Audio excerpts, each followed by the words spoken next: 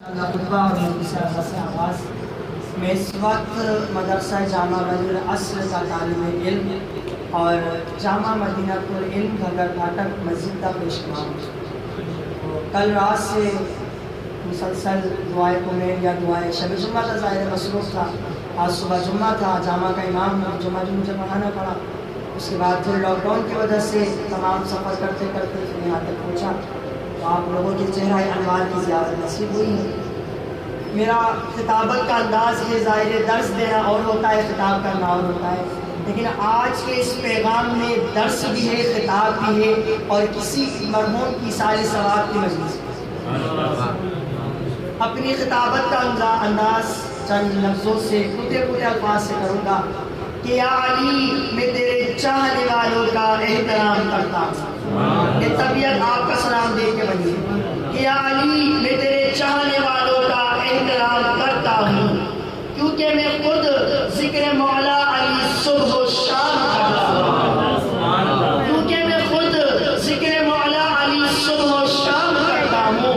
جس دل میں رہتی ہے محبت میرے مولا علی کی، اس دل کو جھک کر سلام کرتا،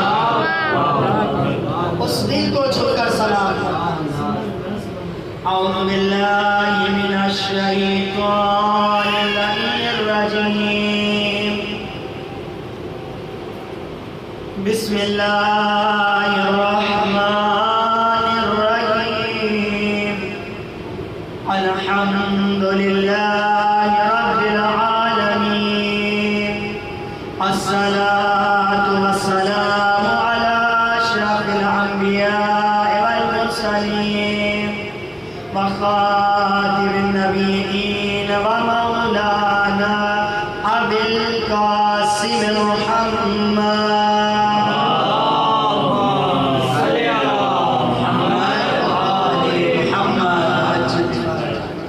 بسم اللہ الرحمن الرحیم.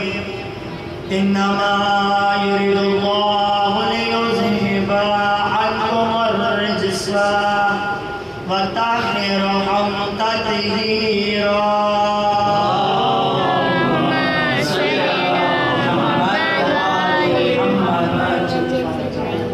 بسم اللہ الرحمن الرحیم. یوم ندعو کل اناس بإمامہم صلوات.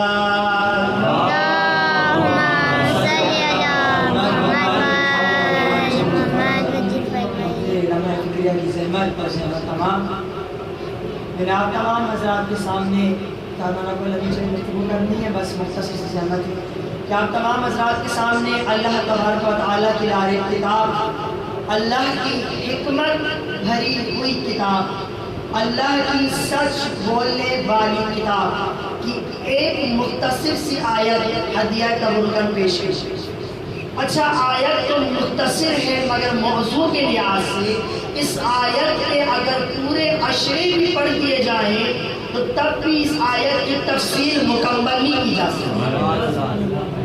تو آئیے سب سے پہلے اس آیت کی تشریح صحیح انداز سے کریں اور اس عربی لہجے کو اردو میں کھنگال کر بتاؤں کہ مقصد کیا ہے.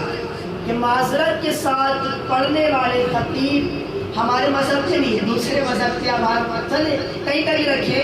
بہرحال پڑھنے والے خطیب اس آیت سے مراد امام شافعی لیا کرتے ہیں، امام احمد بن حنبل لیا کرتے ہیں، امام مالکی لیا کرتے ہیں، امام مالکی لیا کرتے ہیں، امام شافعی لیا کرتے ہیں، امام احمد بن حنبل لیا کرتے ہیں، امام حنفیہ لیا کرتے ہیں.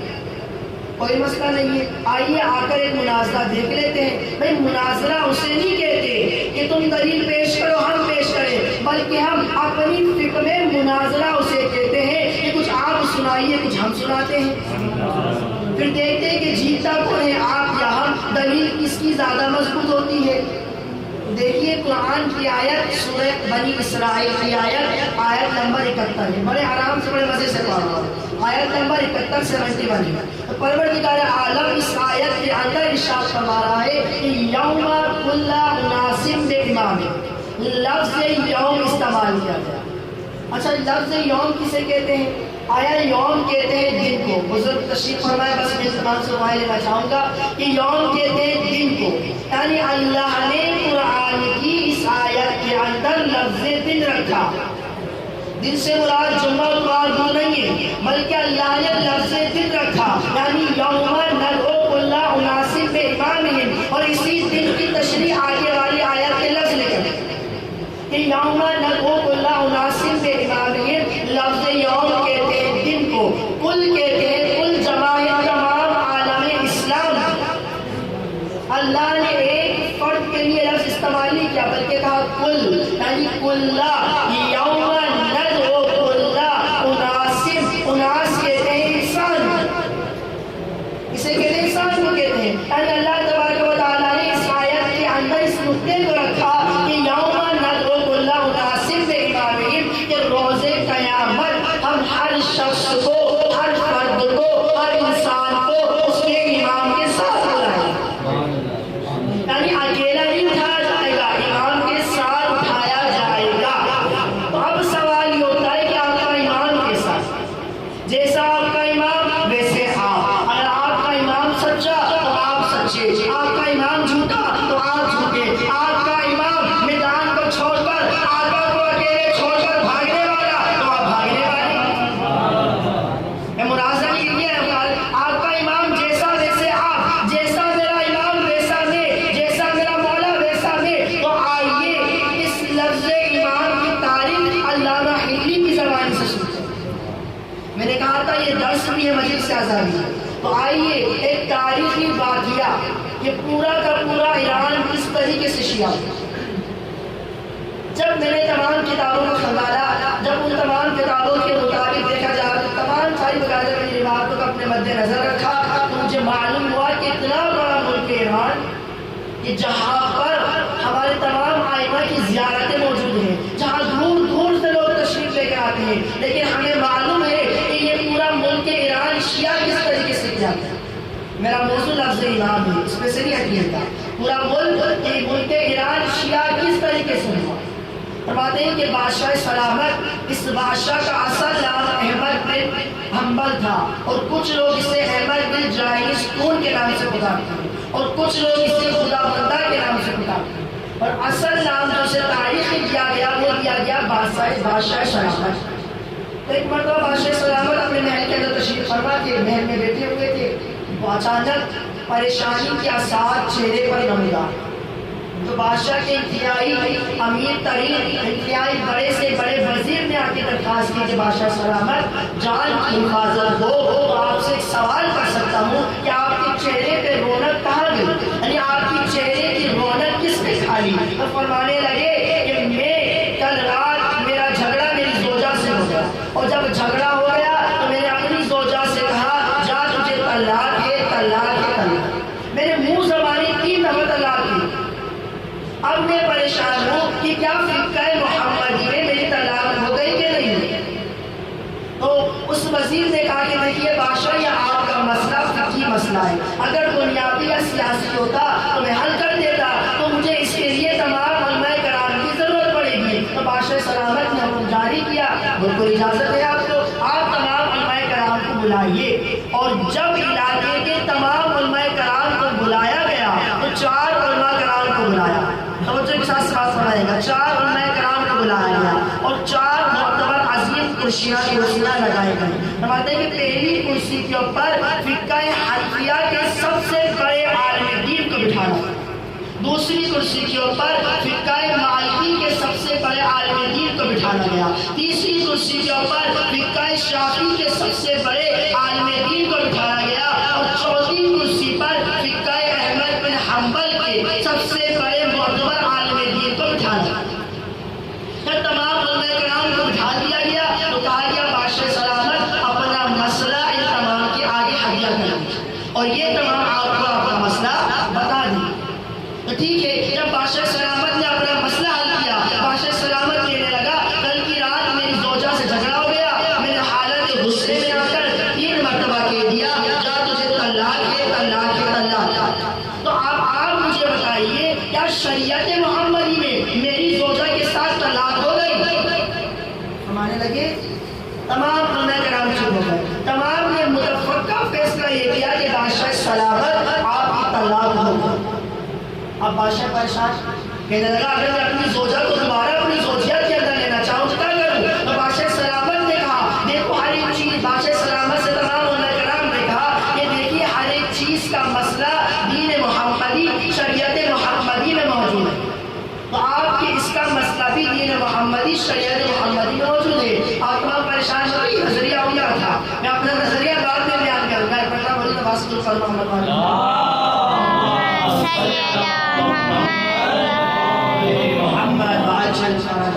تو دین محمدی کے تحت آپ کی طلاق ہو چکی ہے۔ تو ماننے لگے اگر دوبارہ میں اپنی زوجہ کو اپنی زوجیت کے اندر لینا چاہوں تو کیا کروں؟ ماننے لگے کیا آپ کا کوئی بہت عظیم ترین سچا امانت دار وزیر ہے؟ کہتے ہیں بالکل ہے۔ کیا آپ کا کوئی سچا عظیم ترین امانت دار دوست ہے؟ کہتے ہیں ہاں ہے۔ یا آپ کے پورے محل میں سے کوئی عظیم ترین شخص ہے جو آپ کے وعدے کرنے کے بعد مکرے نہیں؟ کہنے لگے بالکل ہے، ملیں گے۔ اور ماننے لگے بادشاہ سلامت آپ کی زوجہ کا نکاح اس کے ساتھ کروا دیا جائے، اور جب نکاح اس کے ساتھ کرا دیا جائے گا اس کے بعد پھر اسے طلاق دلا دی جائے گی۔ طلاق کے بعد یہ عدت گزارے گی، عدت کے بعد دوبارہ اس کا رجوع آپ کے ساتھ کروا دیا جائے گا۔ اور جیسے بادشاہ سلامت نے جملہ سنا تو بادشاہ سلامت کے سر کا پسینہ پاؤں کے ذریعے سے لگا میری زوجہ کسی دوسرے کے ساتھ، ایسا کیسے ہو سکتا ہے؟ فرمانے لگے دین محمدی میں اسلام کا تحفظ ہوتا ہے، اسلام کی پامالی نہیں ہوتی، دین کی پامالی نہیں ہوتی۔ پھر بادشاہ نے اپنے تمام وزیروں سے کہا کیا تمہیں ان کے علاوہ کوئی اور مولوی نہیں ملا؟ انہیں لگا یہ سب سے بڑا عالم دین تھے، باقی سب مسجد کے چھوٹے مولوی تھے، تمہیں ان تمام کو منتخب کر کے لے کر آیا ہوں۔ تو بادشاہ سلامت نے کہا نہیں، یہ میرے مسئلے کا نہیں بتا سکتے۔ تو اچانک پورا دربار سجا ہوا تھا، تمام حضرات تشریف فرما تھے۔ ایک بزرگ شخص نے اٹھ کے کہا بادشاہ اگر آپ کی جان کی امان کی اجازت تو میں جملہ عرض کروں؟ کہنے لگے بسم اللہ، آپ کو اجازت ہے۔ فرمانے لگے آپ کا وزیر 4 فقہ کے عالم دین کو لے کر آیا ہے، 5واں فقہ جعفریہ کو لے کے نہیں آیا۔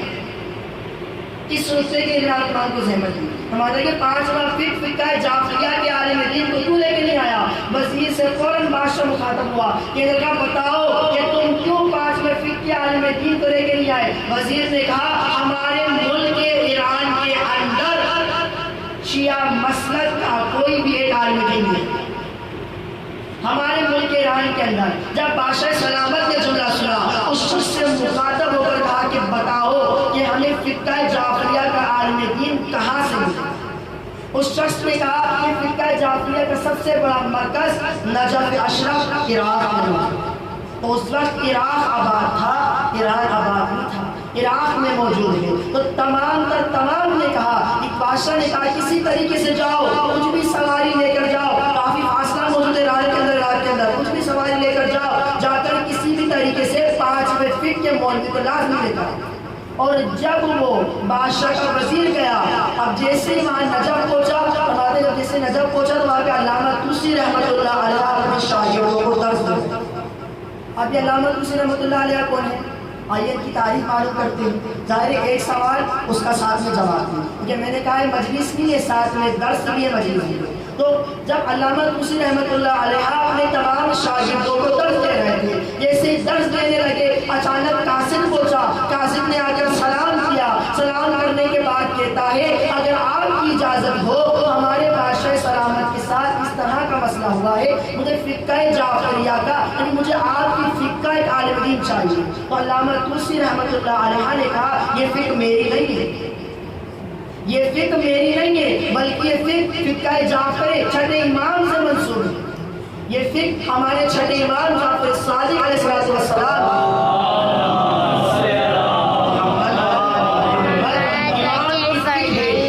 کسی طریقے سے اگر آپ نہیں جا سکتے تو اپنے کسی شاگرد کو بھیج دیجیے۔ تو علامہ طوسی رحمۃ اللہ علیہ درس دے رہے تھے، تمام شاگردوں کو برابر کھڑا کیا گیا، اور جب تمام شاگردوں کی جانب نظر گزرایا تو علامہ کی نظر علامہ حلی پر جاتی۔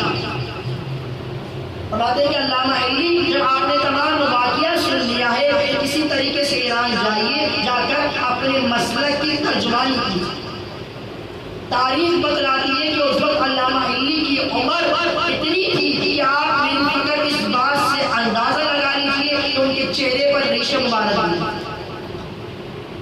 تو تاریخ بتلاتی ہے کہ 8 سال یا 12 سال، اس تاریخ میں نہیں ہوئی علامہ ہلی کی یہ عمر تھی کہ ان کے چہرے پر ریش مبارک بھی نہیں تھی، یعنی بچپنے میں ان کا یہ عالم تھا تو جوانی میں یہ عالم ہوگا۔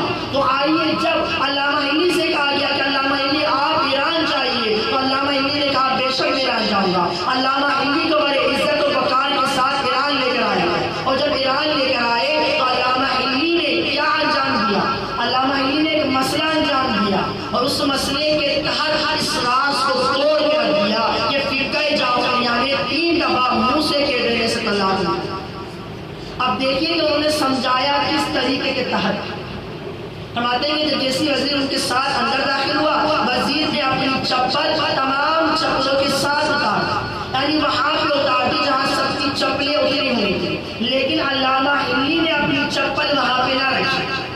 اب بیدار ہو کے سنیں گے تو مجھے پڑھنے میں مزہ آئے گا کہ علامہ ہلی نے اپنی چپل وہاں پہ نہیں رکھی، بلکہ علامہ ہلی نے اپنی چپل اتار کر اپنے بغل کے اندر دبا، اور وہ چپل کو دبا کر بادشاہ سلامت کے محل کے اندر تشریف لے کر آ گئے۔ بادشاہ سلامت نے تخت پہ بیٹھ کے کہا یہ بچہ ہے، یہ بچہ کیا شرع مسئلہ کی ترجمانی کر سکتا ہے؟ وزیر نے کہا یہ ہے تو بچہ، لیکن صبر کیجیے، بتائے گا یہ بچہ نہیں ہے، لیکن اپنے علم کے مطابق ان تمام کرام سے افضل۔ علامہ ہلی نے اپنی چپل اپنے بغل سے نکال کر 5ویں کرسی لگائی گئی، 5ویں کرسی کے اوپر علامہ ہلی کو بٹھانا گیا، عزت و وقار کے ساتھ علامہ ہلی کو بٹھایا گیا۔ علامہ ہلی نے چپل نکالی کرسی کے نیچے رکھی۔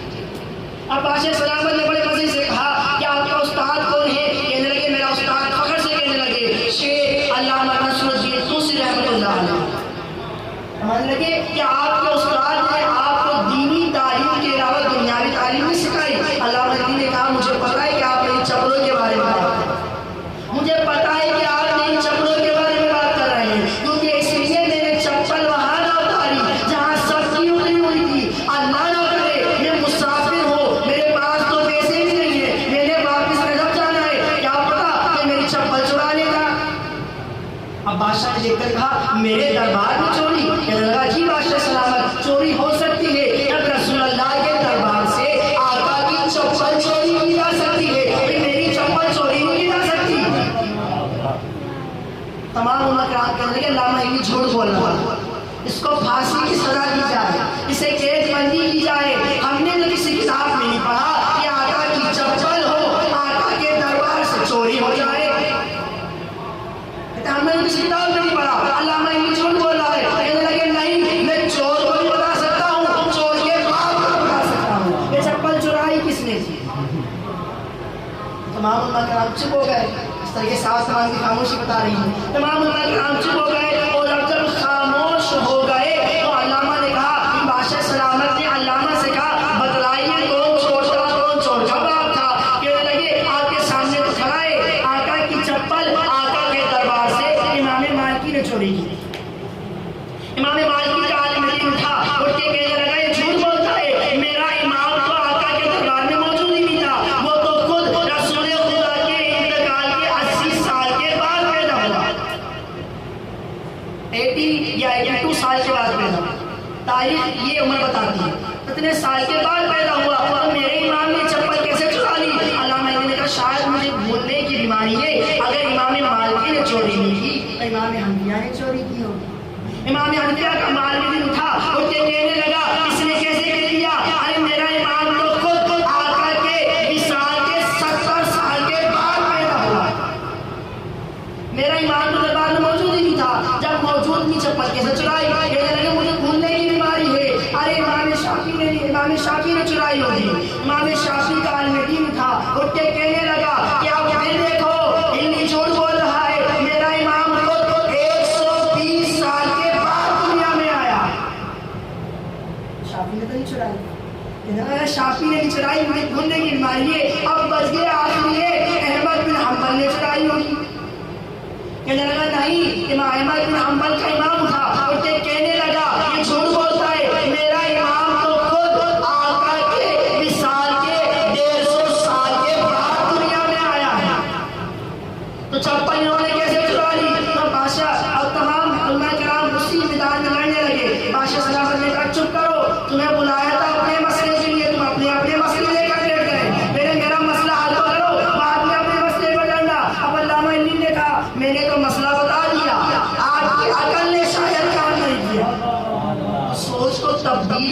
کیجیے، ذہن کو تبدیل کیجیے۔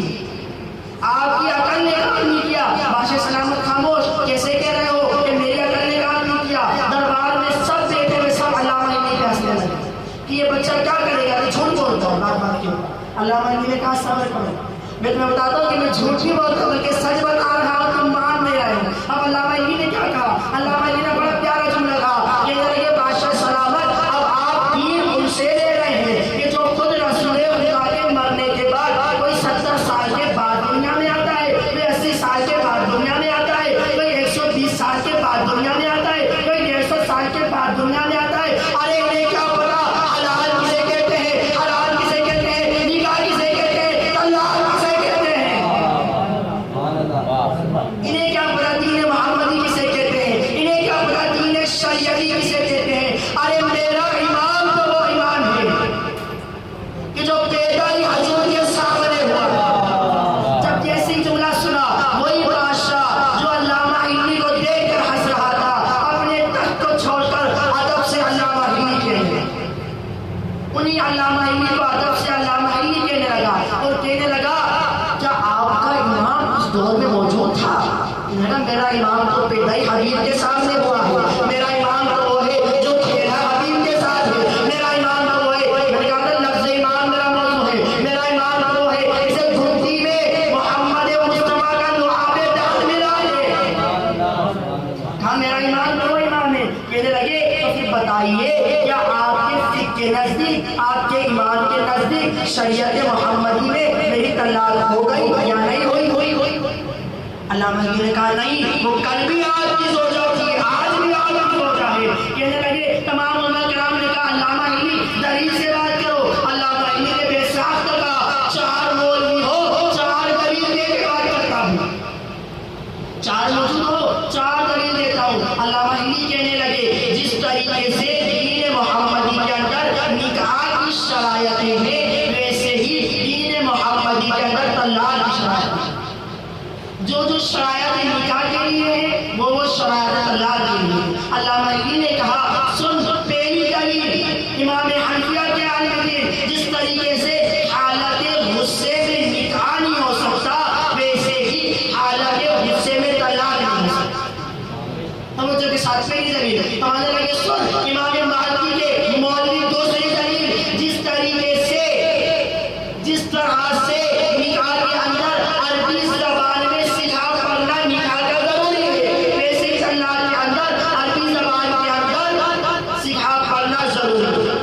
اور جس طریقے سے افلاطون کا تیسری دلیل سنو، جس طریقے سے 2 گواہ کا نکاح کے اندر ہونا ضروری ہے، ویسے ہی طلاق کے اندر 2 گواہوں کا ہونا ضروری ہے۔ کہا بادشاہ سلامت آپ طلاق دے رہے تھے، 2 گواہ موجود تھے، آج 2 گواہ ہوتے جھگڑا فساد نہیں ہوتا، ہم دونوں کو لڑنے سے بچا لیتے۔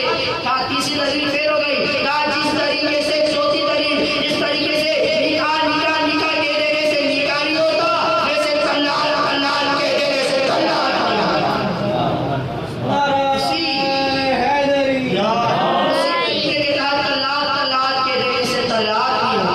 معذرت کے ساتھ میرا موضوع طلاق ہو گیا۔ اگر 2 منٹ کی زحمت اور زحمت نہ معاف ہوگی، مختصر سے زحمت تھی، میں طلاق خطبے کا عادی ہوں تو عرض کرنا چاہا، بس آپ کے دعاؤں سے عرض کرتا چلا۔ تو جس طریقے سے طلاق نہیں ہو سکتی، اس طریقے سے نکاح ہوتا ہے ویسے طلاق ہوتی ہے۔ تمام چپ ہو گئے۔ بادشاہ سلامت نے کہا کہ علی اگر آج آپ نہیں ہوتے تو میرا سر قلم ہو جاتا۔ کہا یہی بات تو ان کے بڑے بڑے کہہ کر آئے ہیں، یہی بات تو ان کے بڑے بڑے میرے مولا سے کہتے ہوئے آئے ہیں۔ کہا علامہ علمی نے کہا اچھا سنو، کہاں جا رہے ہو؟ کہا میرا کام تھا فقط تبلیغ کرنا، میں نے تبلیغ کر دی۔ علامہ علمی کہنے لگے، علامہ علمی سے بادشاہ سلامت کہنے لگا دل چاہ رہا ہے کہ آپ نے میری عزت بچائی، آپ نے میرا تحفظ بچایا، اپنا تاج اتار کے آپ کے قدموں میں رکھوں، اپنا تمام محل کا سرمایہ آپ کے رکھوں۔ علامہ علمی نے کیا بہترین جواب دیا، کہتے نہ اقتدار ہمارے اماموں کو پسند تھا، نہ اقتدار ہمیں پسند تھا، میرا کام تھا فقط تبلیغ کرنا، میں نے تبلیغ کر دی، اب مجھے اجازت دیجیے۔ پھر اب سنیے اس نقطے کی علامہ علمی سے بادشاہ سلامت نے کہا آپ بات سنیے، اس طریقے سے نہیں جا سکتے، اب مجھے اپنا کلمہ پڑھا کر۔ علامہ علمی نے کہا کہ ہم تو وہ کلمہ پڑھا کرتے ہیں اشہد ان لا الہ الا اللہ محمد الرسول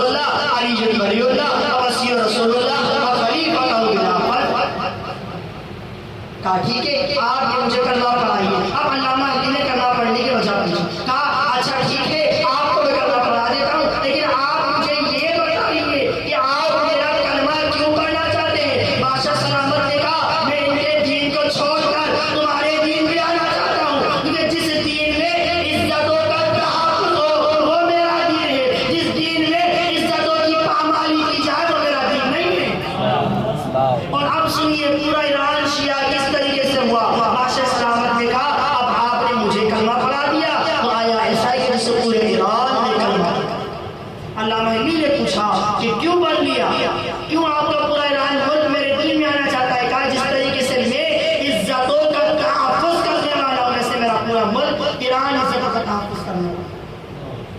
تو میں نے آپ کو زحمت دی تھی اس لفظ کے لیے کہ لفظ امام، اپنے امام کی معرفت آپ کے قلب میں ہونا ضروری ہے۔ اگر امام کی معرفت نہیں تو آیا ایسا ہے کہ ایک دکان سے سامان لیا جائے اور اس کا پیسہ بھی نہ دیا جائے؟ اگر کسی دکان سے سامان لیا جائے اس کا پیسہ نہ دیا جائے تو اس کا کھانا آپ کا حرام ہے، اس لیے اس کا شمار چوری میں کیا جاتا ہے۔ اگر ہم بھی دین محمدی میں آ کر اپنے امام کی معرفت اپنے قلب میں نہ رکھیں، حسین حسین کرتے ہیں، حسین کا لنگر کھاتے ہیں، زکوٰۃ نہیں دیتے، فطرہ نہیں دیتے، کہیں لوگوں کی چھیڑے دراز کر جائیں، زکوٰۃ نہیں دیتے، فطرہ نہیں دیتے، خمس واجب نہیں دیتے، تو کیا فائدہ امام کے ماننے؟ شرط ہے امام کی معرفت۔ اگر امام نہ ہوتے، علامہ حلی عالم دین نہ ہوتے، علامہ حلی عالم دین نہ ہوتے تو پورا ایران شیعہ نہیں ہوتا۔ علامہ حلی نہ ہوتے تو بادشاہ سلامت کی زوجہ نہیں ہو سکتے۔ تو شرط ہے کہ امام کی معرفت اپنے قلب کے اندر رکھنا۔ علامہ حلی نے کیا جملہ کہا تھا کہ میرا امام وہ امام ہے کہ جو کھیلا میرے حبیب کے ساتھ ہے، میرا امام تو وہ امام ہے۔ میرے پاس ظاہر موضوع بہت طویل ہے، اس کو مختصر کروں گا، زحمت تمام کروں گا۔ میرا امام وہ امام ہے، تو شرط کیا ہے؟ امام کی معرفت۔ تو روز قیامت خداوند متعال آپ کو آپ کے امام کے ساتھ ملائے گا۔ تو اس لفظ آیت کے اندر امام سے مراد مولا علی ابن ابی طالب ہے، کیونکہ امام ایک نماز پڑھانے والے پیش امام کو بھی، امام رہبر کو بھی کہتے ہیں، امام گھر کے بڑے سربراہ کو بھی کہتے ہیں، امام بچوں کی نظر میں باپ کو بھی کہتے ہیں۔ سارے سلام مجلس ہے اور میرا موضوع باپ پر آ رہا ہے کہ امام باپ کو بھی کہتے ہیں۔ کیوں؟ کہ امام کی ڈیفینیشن یہ ہے رہنما، سربراہ، یعنی اپنی پوری ملت کو لے کر چلنے والا، اسے امام، اپنی پوری ملت کا بوجھ اپنے کاندھے پر اٹھانے والا، اسے امام۔ تو امام کی معرفت ضروری، امام کی معرفت اپنے قلب میں رکھنا انتہائی ضروری ہے۔ ماتے کہ باپ گھر کی رونق ہے، باپ وہ ہستی ہے جس طریقے سے ماں کے قدموں تلے جنت ہے، ویسے باپ جنت کا دروازہ۔ کہتے ہیں کہ باپ کی معرفت انسان کو اس وقت معلوم ہوتی ہے کہ ذرا ان معصوموں سے پوچھو کہ جن کا باپ دنیا سے مسافر۔ بس میں ختم کر دیا اپنی پڑھائی، دو مختصر جملے مسائل کے، کل جناب ابو طالب کی ولادت بھی ہے، ظاہر ہے آج مختصر خالی فقط دو جملے میں نے مسائل مولا حسین سے پڑھنے ہیں۔ عزیزو، باپ کی معرفت ضروری ہے، باپ کا احترام ہر اولاد پہ واجب ہے۔ اگر باپ کا احترام نہیں کر سکتے تو اسے اپنی زبان سے غلط بھی نہیں کرو۔ باپ کی عزت کرو کہ اس لیے وہ تمہارا سرمایہ ہے۔ کہتے ہیں کہ باپ اسے کہتے ہیں کہ میں اپنی کلاس کے اندر پڑھا تھا، میں کلاس کا واقعہ ہے، 9 کلاس کا واقعہ ہے، میرے سر بغادہ خدا ان کو اور مزید علم ترقی عطا فرمائے، کہنے لگے کہ ہمیں انگلش کے بک کے اندر سبق پڑھا رہے ہیں، انہوں نے سب پڑھاتے ہم سے کہا کہ دیکھو کہ ایک شخص تھا، اس نے اپنے بیٹے سے کہا کہ بیٹا یہ کیا چیز ہے جو چیچے کی جا رہی ہے؟ کہا باپ کوا ہے، چیخے جا رہا ہے۔ باپ نے دوبارہ سوال کیا بیٹا یہ کیا چیز ہے جو چیچے کی جا رہی ہے؟ کہا باپ کوا ہے، چیخے جا رہا ہے۔ ایک دفعہ جواب دیا سختی سے، دوسری دفعہ پھر اور مزید سختی کرنا شروع کر دیا، تیسری دفعہ اور مزید آگے بڑھ گیا۔ باپ نے کہا بیٹا رک جاؤ، آگے نہ کہو۔ کہا بیٹا فلاں صندوق کے پاس جاؤ، میری ایک ڈائری رکھی ہوگی، جاؤ اس صندوق کو کھولو، تمہیں جا کر میری ڈائری ملے گی اور اس ڈائری کے اندر فلاں پیج ہوگا، اور جا کے اپنی عمر دیکھنا اور مجھ سے سوال کرنا پوچھنا۔ میں تمہیں سیر کرنے لے کے گیا تھا، تم نے راستے میں مجھ سے 10 دفعہ پوچھا تھا بابا یہ کیا ہے؟ میں نے کہا بیٹا بدبخت ہے، پانی میں تیرنا ہے۔ میں نے 10 دفعہ تمہیں جواب دیا تھا، نرمی کے لہجے سے جواب دیا تھا، تم سے میں نے 3 دفعہ پوچھا، تم نے مجھ سے اکڑ کے کہا ابا کوا ہے، چیخے جا رہا ہے۔ ایسا نہ بنو زمانے کے لیے، بلکہ ایسے بنو تمہارے چلے جانے کے بعد تمہارا باپ تمہاری جوانی کرے۔ آج لوگ کہتے ہیں کرتا، صرف زبان سے کہتا ہے، کردار سے نہیں کہتا۔ ایسے نہ بنو تمہارے ماں باپ ضعیف ہو جائے تو انہیں جا کر کسی پولٹری فارم میں جا کے داخل کروا دو۔ فرماتے نہیں اپنے ماں باپ کی عزت کرو۔ عزیزو ایک معصومہ ہے جس کی عمر 4 سالہ ہے، واقعہ کربو بلا ہے، میں آپ تمام کا ذہن سیدھے سے کربلا دکھانا چاہ رہا ہوں۔ ایک 4 سالہ بچی ہے، وہ بچی سے پوچھو کہ باپ کی اہمیت کیا ہوتی ہے، اس معصومہ سے پوچھئے کہ باپ کسے کہتے ہیں۔ معصومہ سکینہ ہے، نام سکینہ ہے، تاریخ بتلاتی ہے سکینہ نام تھا۔ سکینہ کیسے نام تھا؟ کہتے ہیں کہ باپ کے سینے پہ سویا کرتی تھی، اس لیے زمانے میں سکینہ تھا۔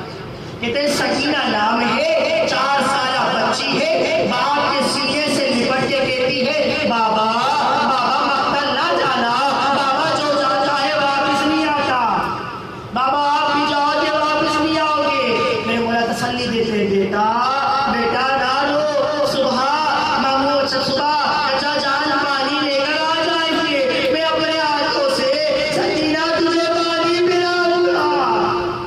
اب اللہ جانے شاید میرے مولا تسلی جھوٹی دے رہے تھے، بیٹا تیرا بابا جائے گا تو واپس نہیں آئے گا۔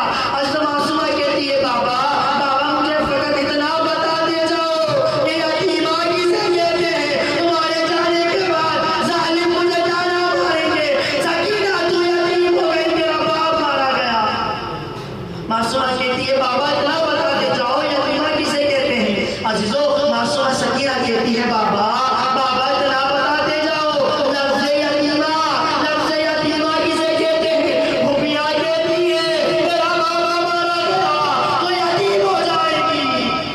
عزیزو میرے مولا نے جیسی جملہ سنا نا، میرے مولا کا جسم زمین کربلا پر ترسنے لگا، میرے مولا کا جسم زمین کربلا پہ کانپنے لگا۔ میرے مولا نے کانپتے ہوئے الفاظ سے کہا سکینہ سکینہ سن کے کیا کرو گی؟ کہتی ہے بابا تمہاری آنکھ میں گریا کیا کروں گی۔ مولا عزیزو میرے مولا کہتے ہیں سکینہ سکینہ پریشان مت ہونا، یتیمہ اسے کہتے ہیں جب تیرا بابا مارا جائے تو سمجھ جانا تو یتیم ہو گئی، جب نہیں تیرے منہ میں تماچے مارے سمجھ جانا تو یتیم ہو گئی، جب ظالم میرے کانوں سے کون چھین لے سمجھ جانا تو یتیم ہو گئی۔ عزیزو اتنا جملہ سننا تھا، معصومہ نے کہا بابا بابا مت جاؤ میں یتیمانہ نہیں جاتی۔ بس میرے آخری جملے میری زحمت تمام عزیزو، جب دیواری شام میں میرے مولا کا سایہ آئے نا، دیکھیں ایک بچی کو اپنے باپ سے کتنی محبت، دیواری شام میں میرے مولا کا سایہ سکینہ نے سلب لیا، گوشت لے لیا، اپنے سینے میں رکھنے کا بابا بابا میں چھوٹی تھی نا، مجھے اپنے سینے میں سلا دیتے، آج آئے ہو تمہیں اپنے سینے میں سلا بابا آج آئے ہو تو تمہیں اپنے سینے میں سلا دیتے۔ عزیزو اتنا جملہ سنا تو میری معصومہ ہے کہ جملے کی شکایت کر دیے بابا بابا تم نے بالکل صحیح کہا تھا، یتیمہ کسے کہتے ہیں، بابا تم نے صحیح بتایا تھا، سکینہ جب تیرے منہ میں تماچے لگے سمجھ جانا تو یتیم ہو گئی، سکینہ میرا دامن چلایا جائے تو سمجھ جانا تو یتیم ہو گئی، سکینہ جب نہیں تیرے کانوں سے گوہر چھین کے لے جائے۔ معصومہ بچی کہتی ہے بابا بابا اپنے بڑے پیار سے مجھے گوہر پہنانا سکھائے تھے، بابا اتارنا بھی سکھاتے تھے، بابا مجھے پہننا آتے تھے، اتارنا تو نہیں آتے تھے، بابا نہیں آیا، خیمے چل رہے تھے، بابا میں پیچھے ہٹی نہیں آگے بڑھا، ظالم نے اپنے ہاتھوں کو بڑھایا۔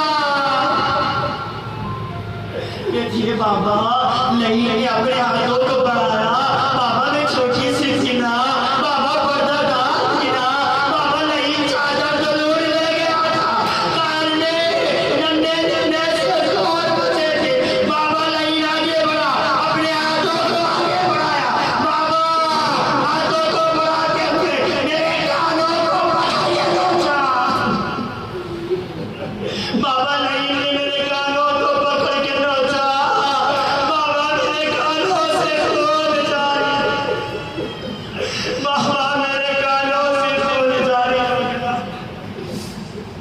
لعنت اللہ علی القوم الظالمین۔ آئیے ہم روتی ہوئی آنکھوں کے ساتھ مرتضیٰ بھائی کے والد صاحب مرحوم کے لیے دعا کرتے ہیں۔ خداوند متعال سے دعائیں کرے پروردگار عالم بحق کے 14 معصومین علیہ السلام کے صدقے سے، بحق کے 14 معصومین علیہ السلام کے وسیلے سے خداوند متعال تجھے ہماری روتی ہوئی آنکھوں کا واسطہ، تجھے ہماری آنکھوں میں آنسوؤں کا واسطہ میرے خداوند متعال دنیا کے تمام مرحومین کی مغفرت فرما، بالخصوص مرتضیٰ بھائی کے والد صاحب کی مغفرت فرما۔ خداوند متعال جنت الفردوس میں مقام عطا فرما، ان کی ارواحوں کو ان کے بچوں سے راضی و خوشنود فرما، ان کے چلے جانے کے بعد ان کا نامہ اعمال کھلا رکھنے کی تا قیامت تک انہیں توفیق عطا فرما، اسی طریقے سے سارے ثواب کرنے کی توفیق عطا فرما۔ ہم تمام شریک غم ہیں، ہمارا قرصہ اپنی بارگاہ میں قبول عطا فرما۔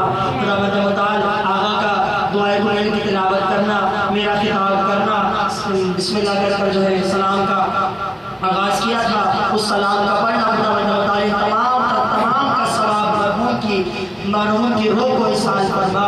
خداوند متعال کے 14 معصومین علیہ السلام کے صدقے میں مرحوم کی قبر پر اپنی خصوصی رحمت و برکات کا نزول عطا فرما، قبر سے تمام کا تمام عذاب کو دور فرما، بشار قبر سے محفوظ فرما، تمام دن حاجات کو پورا فرما، جنت الفردوس میں اعلیٰ مقام عطا فرما۔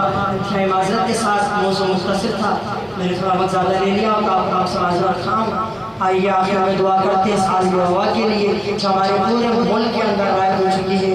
دعا کرے کہ خداوند متعال ماہ محرم آنے والا ہے، میرے پروردگار عالم تجھے چاچا بی بی زہرا کا واسطہ، تجھے ذریعے امام حسین کا واسطہ، پروردگار عالم تجھے معصومہ سکینہ کی یتیمی کا واسطہ، میرے